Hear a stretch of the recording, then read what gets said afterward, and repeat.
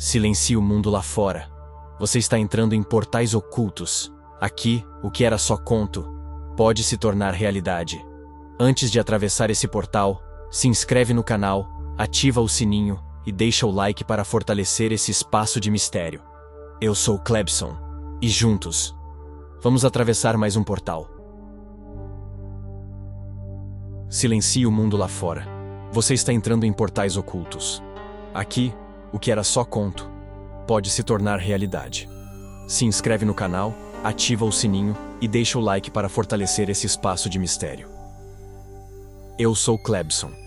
E hoje, mais do que contar uma história, eu vou abrir um portal da minha própria vida. Ao longo dessa série, nós falamos de lendas urbanas, de casas misteriosas, estradas assombradas, elevadores estranhos, lugares que parecem ligar o nosso mundo a algo além. Mas agora, eu quero te contar uma experiência que aconteceu comigo mesmo, antes da minha conversão a Cristo. Uma experiência que não foi só medo, não foi só imaginação, não foi apenas história, foi um choque direto com o mundo espiritual.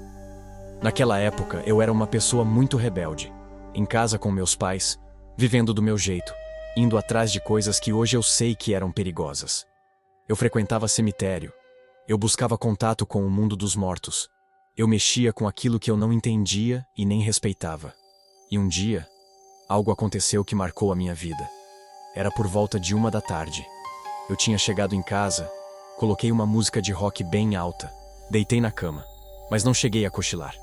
Eu estava acordado. Lá pelas tantas, percebi que 2 pessoas tinham entrado em casa. Pelo horário, achei que um deles era um amigo meu, porque era mais ou menos a hora em que ele costumava passar para conversar. A outra presença, eu não sabia dizer quem era. A escada da casa era uma escada caracol, do lado do meu quarto. Quando ouvi os passos subindo, tentei levantar para ir receber quem estava chegando. Foi aí que algo completamente estranho aconteceu. Eu não conseguia me mexer. Tentava levantar, mas o corpo não respondia. Tentava abrir os olhos, mas era como se tivessem sido colados. Eu estava consciente, sabia o que estava acontecendo, ouvia tudo, mas não conseguia fazer nada. Foi como se alguém tivesse apertado um botão e desligado o controle do meu corpo. À medida que aquelas presenças se aproximavam do meu quarto, a sensação de peso aumentava. Quando entraram, eu não vi com os olhos, mas eu senti. E eu sabia, dentro de mim, que não era coisa boa.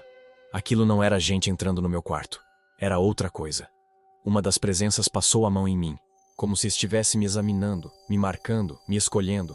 E a outra voz, com clareza, falou: "Vamos levar ele agora. Vamos levar ele agora." Eu entrei em desespero.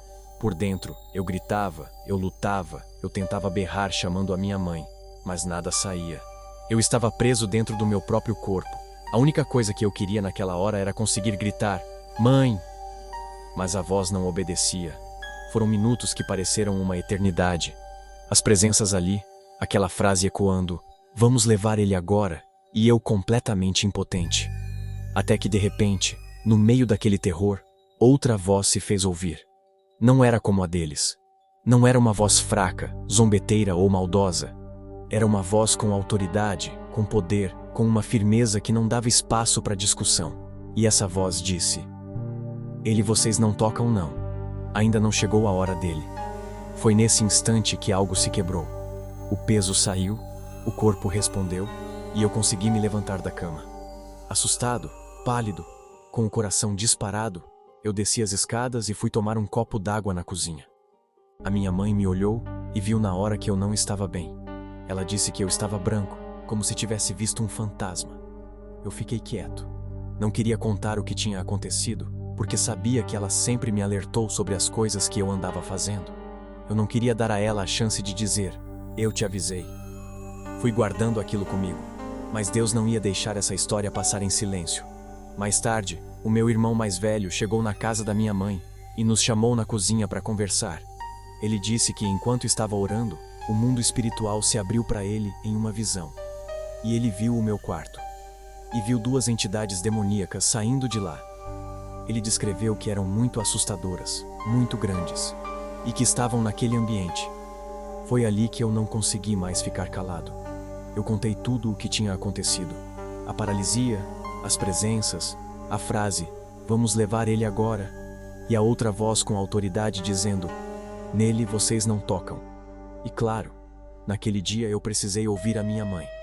Ouvir que o que ela vinha dizendo há tanto tempo tinha fundamento.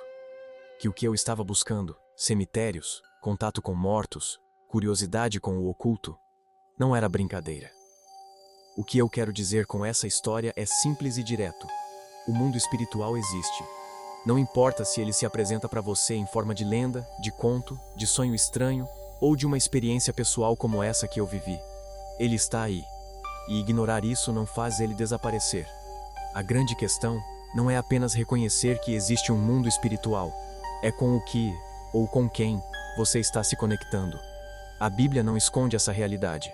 Ela fala claramente de forças espirituais, de batalha espiritual, de trevas e de luz. Ela nos alerta que não é sábio brincar com aquilo que a gente não entende. Em uma das cartas, está escrito que a nossa luta não é contra carne e sangue, mas contra forças espirituais do mal nos lugares celestiais. Em outra parte, somos lembrados a resistir ao mal, a nos aproximar de Deus, a não abrir portas que não sabemos fechar. A Bíblia não é um livro de terror. Ela é um mapa de salvação. Ela não está ali para fazer a gente ter medo do mundo espiritual. Ela está ali para ensinar como lidar com ele do jeito certo. Porque se o mundo espiritual existe, e eu sei, por experiência, que existe, então a gente precisa decidir de que lado vai caminhar. Não é só sobre fugir do mal. É sobre correr para aquele que tem autoridade para dizer: nele vocês não tocam, ainda não é a hora dele. E foi essa voz que me livrou naquele dia. E é essa voz que continua, hoje, chamando quem ouve esse tipo de história, não só para sentir medo, mas para despertar. Se ao longo dessa série, você sentiu arrepio, curiosidade, medo, ou aquela sensação de que tem algo a mais do que a gente vê, eu quero encerrar te dizendo isto: não pare na curiosidade. Procure entender o que a Bíblia diz sobre o mundo espiritual. Busque se aproximar de Deus de verdade. Porque lenda, conto, história de terror, tudo isso passa. Mas a realidade espiritual continua aí, todos os dias, enquanto a gente vive. E um dia, mais cedo ou mais tarde, a gente vai precisar encarar o que escolheu crer. Eu não estou aqui para fazer pregação religiosa vazia. Eu estou aqui como alguém que já flertou com o lado errado do mundo espiritual, que já brincou com coisa séria, e que um dia foi alcançado por uma voz que tinha poder para dizer: chega, com ele, não. E se essa série dos portais ocultos te mostrou que portas existem, eu quero terminar te lembrando que nem toda porta vale a pena ser aberta. Mas existe uma porta que, quando a gente bate, não é para nos destruir, é para nos salvar. E essa, a Bíblia garante, não é fechada para quem busca de verdade. Se essa história falou com você, não só como entretenimento, mas como um alerta, guarda isso no coração. O mundo espiritual existe. Não ignore. E procure luz onde há luz de verdade. Eu sou Clebson. E esse foi um portal muito pessoal que eu abri com você. Obrigado por caminhar comigo até aqui. Que Deus te guarde, te proteja e te ensine a lidar com tudo aquilo que existe além do que os olhos veem. Nos encontramos no próximo portal. Se essa história mexeu com você, não esquece de se inscrever, ativar o sininho e deixar o like. Eu sou Clebson e nos vemos no próximo portal.